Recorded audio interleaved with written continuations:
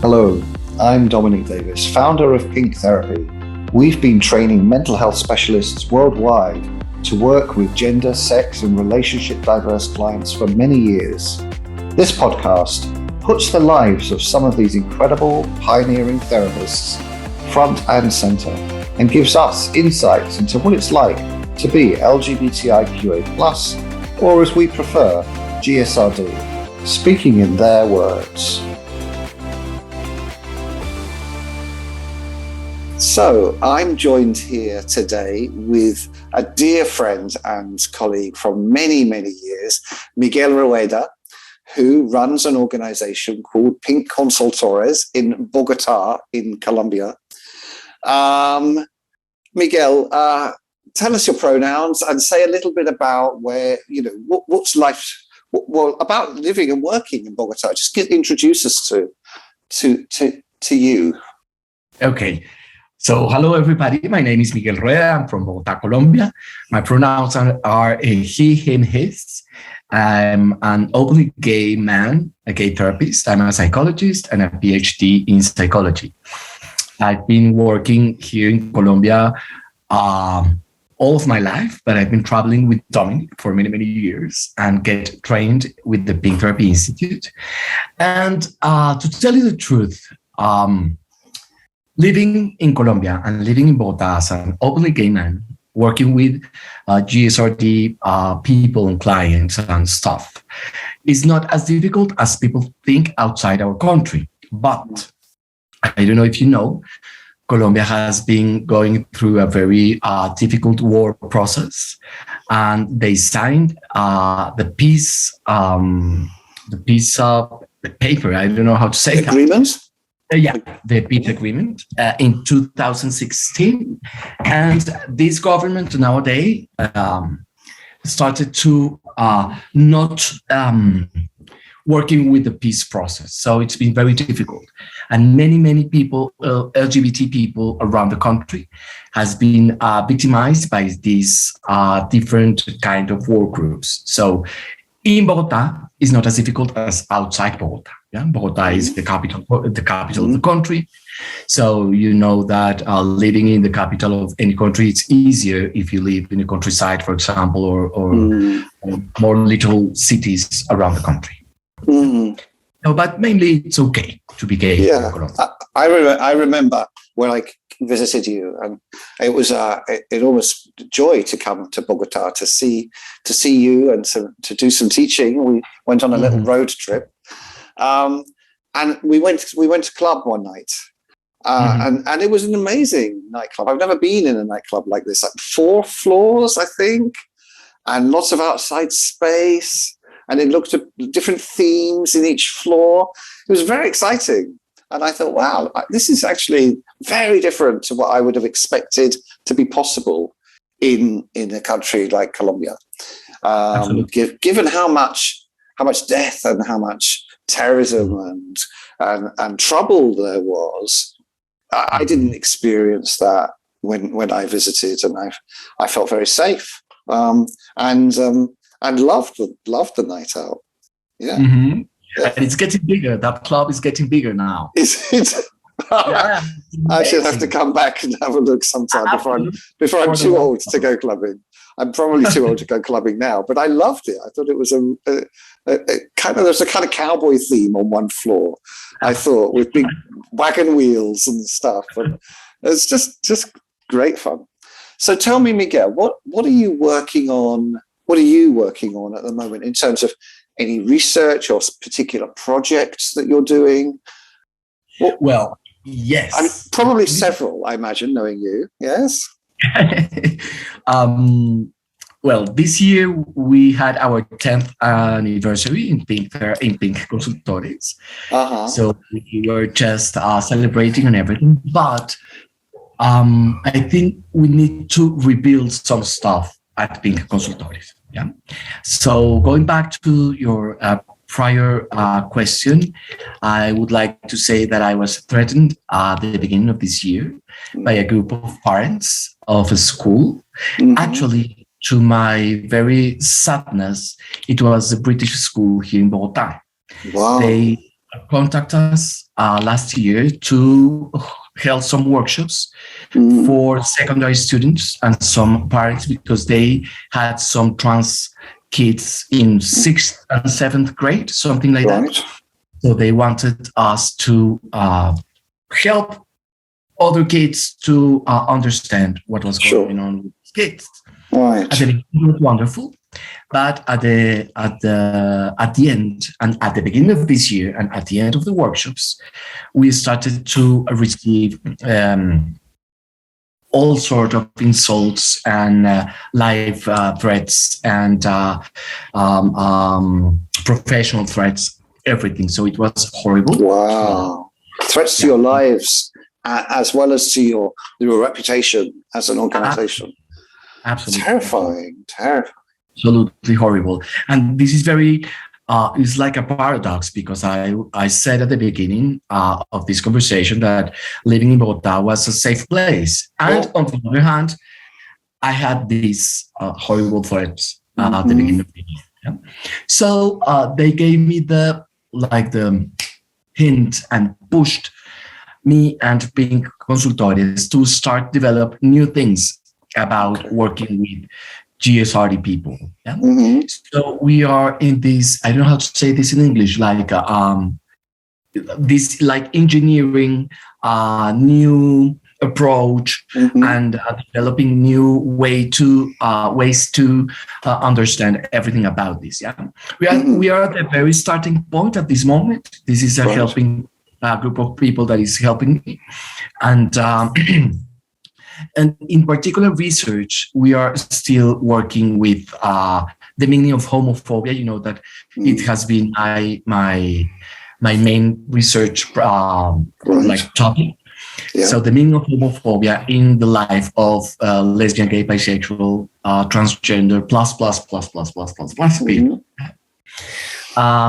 Working with students as usual, with psychology interns from their last year of psychology, and helping them and teaching them how to work with GSRD people in a clinical setting and educational setting as well, and organizational and everything that psychology can work with in different fields. So I remember you have trainee psychologists sitting in on your clinical sessions with patients, don't you? Which I think is a remarkable way of learning. And obviously the patient has to agree to them being there, but there's a lot that can be learned from watching someone like yourself with tremendous experience, being able to know what you pick up on and what they don't, and maybe trying out some feedback or intervention themselves. It sounds like a great opportunity, because when I began, I would just go into a room on my own and I'd be terrified, and then I'd have to write verbatim notes about what was said, and I had to remember because I was being supervised by a psychoanalyst at the time. Wow! And then he would talk to me about it, and what did you say, and why did you say that? And like I would have been so much easier to have watched him first, and then seen how he did it. But no, there wasn't that opportunity. Yeah, I still work that way with my trainees. They sit with me in the consulting room with my client. Prior, my client has said yes, I agree with your psychology trainee, and they are terrified with me in the clinical setting, but terrified. They ask me at the end of the session, why did you ask this? What did you mean with that? That is a very helpful way of learning how to therapy. I don't know. I think it's is it something that's standard in Colombia for training, or is it just something that you've been pioneering? The thing is that at the very beginning of me working with trainees, they were able to attend the clients on their own. Right. But then the psychology, education, law changed, and they are not allowed to see clients on their own. So, but they are not allowed to see clients anyway. So they have to see clients through the Gazelle's chamber. How do you call the window? Oh yes, so two-way mirror. So Exactly. All right, exactly. With a consulting team, and then they're in with a headphone. And, exactly. Right. So they learn that way. But I said, no, I want my students with me and see in a very real session how to develop some therapeutic abilities. Yeah. Well, medicine's not taught like that. If you're working with a medical doctor, you would go around and accompany them and see them in clinic and sit in on sessions. And I remember at the beginning of the AIDS epidemic being allowed to sit in on a consultation at a hospital with a doctor who was diagnosing AIDS, in particular carpocious sarcoma, and I got to see a lot of different KS lesions in that morning. And I was able to go back to Liverpool and help the consultants there who hadn't seen as many, because I'd been sitting in this clinic in a hospital in London for a day. Wow. Yeah. Okay, so you're reorganizing the work you do a little bit, the refocusing. I saw the photos on your social media of your 10th anniversary with your amazing T-shirt. I'm still waiting for my T-shirt, by the way. Yeah. And your pink capes. You looked like superheroes for the mental health of the Colombian queer community. And I loved it. I thought it was a very powerful image to be presenting. And other projects. You were some time ago doing support for victims of the shootings, of the terrorists, kind of stuff. Is that? Tell me, is that still going? Do you want to say something about that?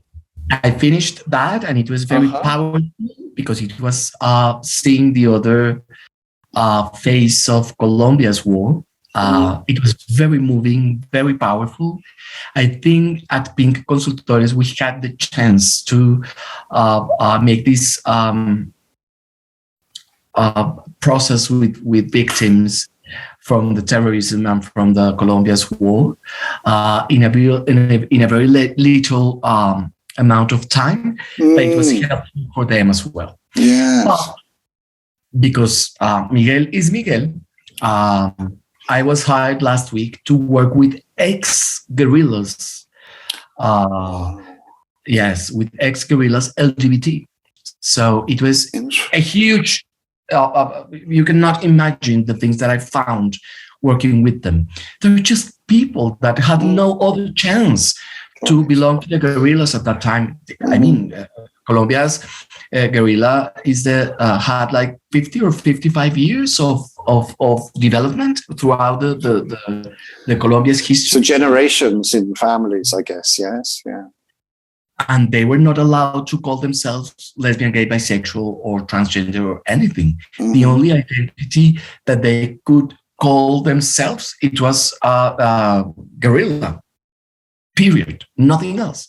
Wow. Not even men or women. There was just people from the guerrilla, and that was it. So when they signed the peace agreement, they started to rediscover themselves in terms of their sexuality, in terms of what was the meaning of being a man or a woman, a mother or a father, and gay, lesbian, bisexual, and transgender, because they were killed if they were say that they were LGBT inside the guerrilla. So I had the chance to work with them, and we are preparing with I don't know if I'm going to stop myself saying this, but I don't care. We're preparing a research from these LGBT people from the guerrillas, and perhaps if everything goes well, perhaps we can have a documentary with a filmmaker here in Colombia and in Italy. Okay, well, this is fascinating, and I'd love to go into more of this. But maybe we'll come back for another podcast when the work is unfolded a little bit, and maybe do a special issue on this, because this sounds remarkable. So are they incarcerated? Are they in prison, or are they in the community? They're in the community. They're in the community. Because when they signed the peace process, the peace agreement, there was an agreement with the community and with the government and everything that they should pay for what they did. And some of them were in jail for some years, and they're now. They need to live as Colombians. Of course. And of course, I'm more than happy and more than welcome them every time, everywhere, because they are Colombians and they signed the peace process.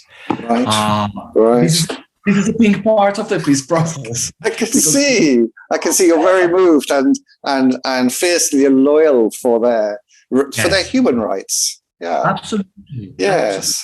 Absolutely. Yeah. Okay.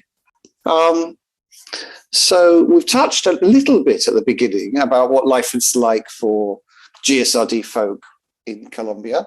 Do you want to say some more about that? How is it? What are the kind of key issues facing people? I think young people. It's difficult for young people. We would think that perhaps for them as youngs, we're not that difficult because our world have been changing, and we can talk about GSRD and LGBT plus, and they call themselves non-binary and agender and everything. But they are facing prejudice against them inside schools and inside their own families. And I think that's a challenge for us and for them. I said that in the Gay Pride in Bogota with my people, with our pink capes and everything. I said we must march every year to still open the road for these young people. We marched with a bunch of 5 or 6 non-binary teenagers, like they call themselves Ant, C, Plea, Waffle, and they were so cute. They were so happy marching with their gay flags and everything with us. And they were just there because we were there before them. And we need to keep marching. And when I say marching, it's not just in the Gay Pride, marching every day of our lives, opening them their own roads to be whoever they want to be. I think that's a challenge. Absolutely. It sounds like the social situation, the social context for these trans and gender diverse warriors there is very similar to how it is here, where the media have turned against trans folk here in a big way, and there are often really quite misleading and hateful articles in the papers that just, I think they've got, yes, there's more visibility for them and maybe more support than they had back in our day, or my day for sure, but there's also so much more hostility that with greater visibility comes the other side and the hostility, and I wouldn't want to be a trans kid. I don't know how I would manage with that. You're trying to follow your path to authenticity and to discover who you are, and that whole process of adolescence is about self-discovery and finding support and confidence in who you are going to be as an adult. And then constantly being told you're something else, or people don't believe you, that you are really going to be a man or a woman, and that you have your authenticity. It means nothing to them. It's just awful. Awful. Okay. And so that's really some of the current challenges facing the community. Other sectors. We've talked about trans youth and gender diverse youth. I think that I would open a little bit more than gender diversity youth to all of the diverse people in Colombia. We are right in changing our government, and we are very hopeful that this government finally is agreeing with lots of things that past government didn't agree, like the LGBT public policy, national public policy and everything, to to give us the rights that we deserve and that we need and everything all over Colombia, not just in Bogota, but all over Colombia. So they did a very interesting process of looking for the information that we as LGBT people in Colombia need. And we are very hopeful that this government is going finally to give us our voice. Yeah. Mm. But it's a huge challenge. It's not just a 4-year government that will that they will accept us and everything, but it's a starting point. Mm-hmm. And we need to create safe spaces all over Colombia for LGBT people, especially for youth, yeah, but for all of us, all over Colombia. So what I have in my mind every day of my life is how to create a safe space for us, how to create a safe space for LGBT people all over Colombia. I mean, Pink Consultores is a safe space. You can see my bookshelf with the gay flag, and this guy over here that I love, and everything is about LGBT, and this is a safe space. But outside Pink Consultores, you can find very dangerous places. And I think this government is going to give us a safe space all over Colombia. I wish we deserve. Well, let's hope so. That would be very, very good, I think, because I wanted also, I mean, some of the people listening won't know much about where Colombia's at in terms of it being possible for same-sex people to get married, or to what the age of consent is, and these kinds of things. Do you want to just give us a quick insight into the human or civil rights of queer people in Colombia? You know what? It's very interesting because Colombia has been pioneering Latin America. Yeah? Colombia, Argentina, Brazil, and I think Mexico City has been the fourth. Mexico City, because it's not all over Mexico, but just Mexico City, just a federal district.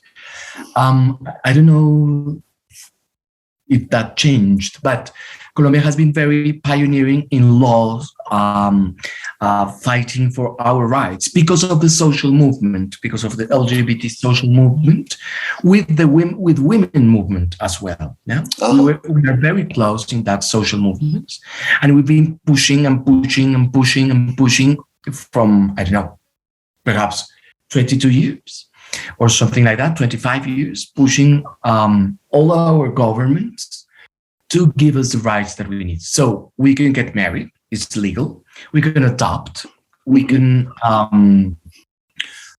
we are not, I mean, you cannot fire me of a job because I'm LGBT. Right.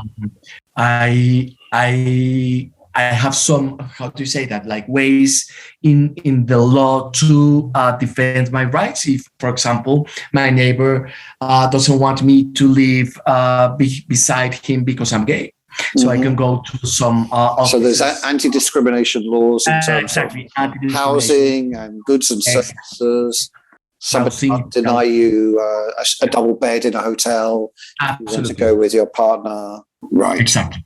So there are anti-discrimination laws, but the problem is to land these laws in the people, that people understand that. So in terms of law, Colombia is, as I said, a pioneer country in Latin America, but in a social way, that's another story, because some people, they don't want to understand. They're just closed, and that's it. And if you're not straight, you're not allowed to whatever. Yeah? So that's the challenge. That's another challenge that we have. So it's about education of people about difference and diversity. Absolutely. And in terms of trans rights, can you change your birth certificate? Can you can do this? You can self-identify, or do you need to get a special? You can self-identify. You can change your name, your sex, and your gender in your ID card. So you can put a T in your card, or you can put a NB, non-binary, in your identity card as well. and you're recognized as a non-binary or trans person, you can change your name and your gender and your sex and whatever just once in your life. Okay. That's Right. something. Right. And do you have to have a T? Like if you transition to be transitioned as a woman, could you have woman, or would you have to have a T? You can choose. You can choose which you prefer. Okay. Interesting. Very interesting. Yeah, that's great. That's great. And they are not, for example, they before they could take any kind of hormones treatment or surgery or whatever, they needed clinical permission from a psychiatrist or a psychologist. Okay. That's not just one permission, one assessment, or two? One assessment, yeah. Okay. You can go for treatment without that permission nowadays, without problem. Yeah. Right. Okay. Yes. There's a move to, I think, in some countries towards informed consent as a model and self-identification, and so people will support you and affirm you in your journey rather than try to put barriers up or explore it with you and question it and interrogate you on it. So there's a kind of gatekeeping model is going out, and the informed consent, I think, is coming in some of the more progressive countries. Yes. We've still got, largely speaking, the gatekeeper model here. But I know that I've got a colleague in Chile who's working with gender diverse young people, and they've moved to an informed consent, or are moving to informed consent there, which is great. Yeah, absolutely. Yeah. Okay. Tell me about you. What are you passionate about? Wow. There's a lot of things there, probably. You're quite a passionate person. So just the things that you feel comfortable sharing.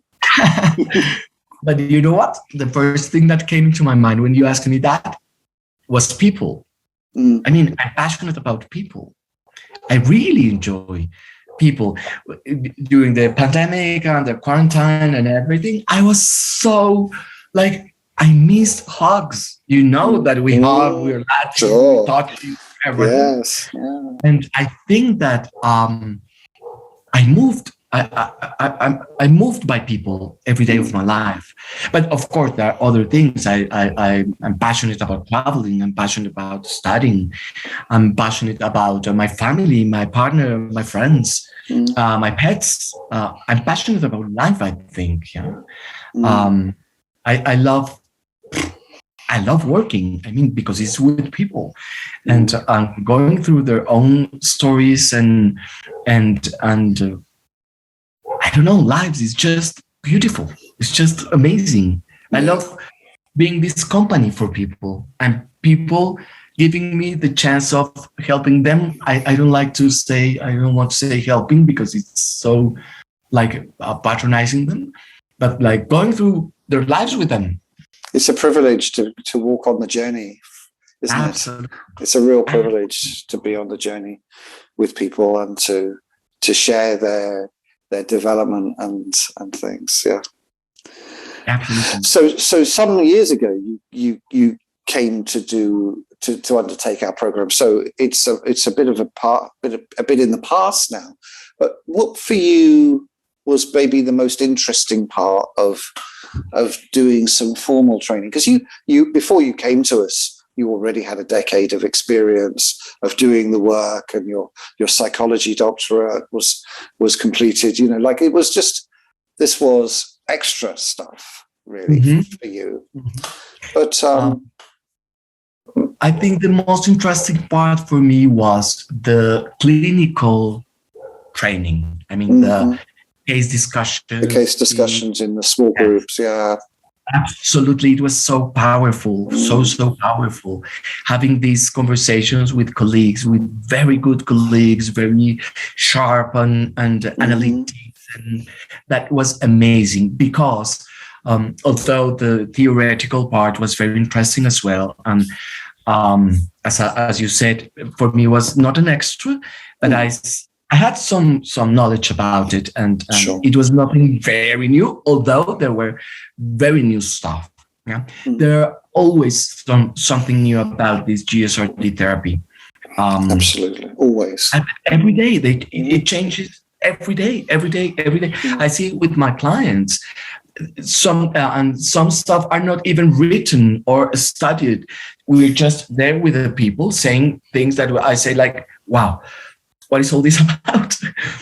So I have to go through my notes and through the readings and everything, trying to understand new stuff. But the most important part for me was the clinical analysis and the clinical cases and that conversation with people. I think it's a real strength of the program too, that people get to share their work with each other and think about how and hear about how other people might, their different lenses, their different frameworks for understanding what might be going on, and help develop a greater flexibility in the practitioner.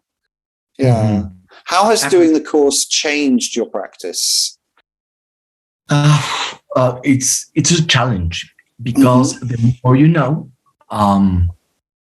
the scarier or the scariest you are, because my mind went like this, open and open and open. So when I have a client in front of myself, I have lots of knowledge going through and ideas and everything. Yeah. So I've got a phrase that you told me once, and you said to me, keep it simple. Keep it simple. For my final essay, keep it simple. Right, yes. And that's like my mantra nowadays, like keep it simple. There's another S on the end of that, is keep it simple, stupid. Like, you don't need to complicate things. Keep it simple, stupid. Keep it simple. Absolutely. So it's a challenge to put your ideas in order, and in order to help your client, because there are lots of new things. I try to go back to my notes and to the readings and everything, and buy new books. I think you saw that I bought the book of queer mental health thing, the purple one, the lilac one. Right. Yes. And I am not. I mean, I don't like to follow step-by-step things, because I don't think people is like that. But it gives me lots of ideas of how to work with the problem that my client is presenting to me. So I think that is the point. You gave me the ingredients to keep developing my own way to approach my clients. It's like the primary I don't know. The tools or ingredients, I guess. Yes. Yeah. Right. Now I'm constantly learning, as we've just said. That there's always so much to learn, and I learned so much from doing this work with the students. Recommend me a book or a film that you've come across recently, or a Netflix, or something that you think, Dominic, do you know this? You know what? The thing is that we are very connected with those things, because when you post something in your it's about I've already seen it, or when I post it, I know that the other day you are going to post it, or everything. Yeah. But for sex education, the Netflix yes. Wonderful. It was, wasn't it? It was a wonderful modeling consent and the conversation. None of those young people touched each other or kissed each other without asking permission first. Yes. I mean, what a fantastic way of teaching how consent happens. Yes. We watched with my partner, I think like 2 weeks ago, Heartstopper. Oh, gorgeous. Beautiful. I mean, it's so sweet. Yeah. So now, the cast of that crew, you've probably seen them on Insta. They all wore their flags. The cast were wearing their flags as they walked through the Pride in London a couple of weeks back. Yeah, in London, yeah, and they were facing some homophobic. they did. They did. So robust, so robust. They're just about to go off to university. Those kids. I mean, it's like they're really young, and to be doing this, it's just incredible. Absolutely. Yeah. Thank you. Okay. Well, as I'm a fairy, I'm going to grant you 3 wishes. Wow. What are you going to wish for?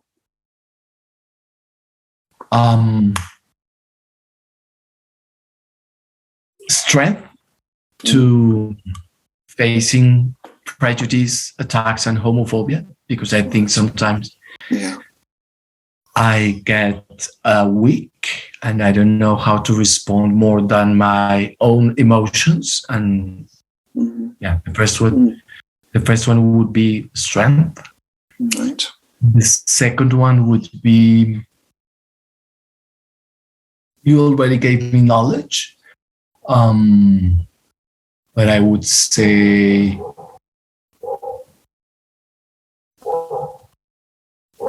I don't know. Yeah, knowledge. I think more knowledge. More knowledge. Yeah, we need to keep traveling to Turkey and around us. More knowledge. And the third one, I need money to buy this house and to develop the whole pink project. Yes, absolutely. To have premises like you do is such a valuable and important thing. I mean, it's one of the things that we've never had, and people could say, "Oh, I want to come and study at the Pink Therapy Institute." I remember your letter. It's like, well, there isn't an institute. It's just me sitting in this room and a secretary somewhere else. But we seem to do quite a lot, with the smoke and the mirrors. It's like Oz, the Wizard of Oz. I would like to show you something, Dominic. Okay. Look, it was 23 years ago when I bought this book. Yes. And look, it's got a little bit battered, hasn't it? Absolutely. But look, everything is underlined. Oh, yes. I know everything. And I remember when I saw your name and perhaps your email somewhere in this book. And I contacted you. Was it even before it? I don't know. It might have even been before email, that book. Perhaps. 96. Yes, I think it was. 96? We printed 97. Yeah, absolutely. But look, it's falling apart. I keep thinking it's out of date, and some of it is out of date, but some of it's still, I mean, it's just been built on by other people and other ideas. And I think that's really exciting. And Silva and I are working on 2 more volumes to come out next year. Wow. In the summer of next year, they'll be launched at the Pink Therapy big event on erotically queer and relationally queer, particularly aimed at sex and relationship therapists. Wow. But so there'll be 5 books in the series then. Wow. And he's just come up with another idea. Silva suggests that we publish all the essays that got a distinction from the foundation award, the diploma foundation essays that got distinctions.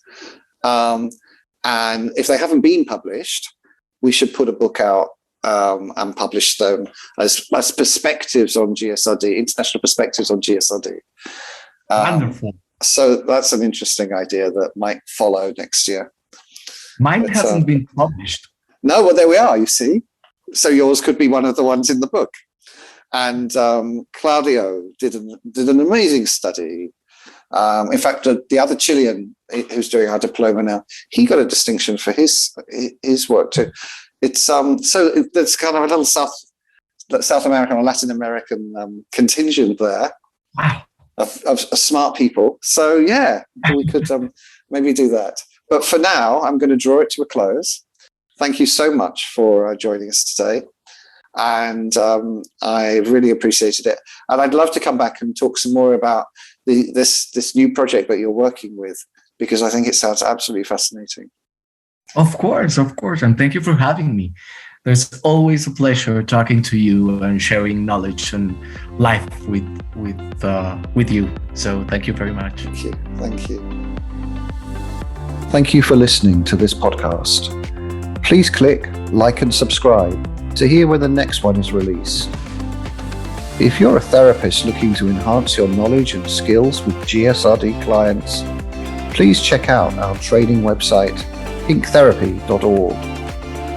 We run 1 and 2 year specialist training programs online, as well as offer a wide range of short CPD modules. Thanks again for listening to On Becoming a GSRD Therapist.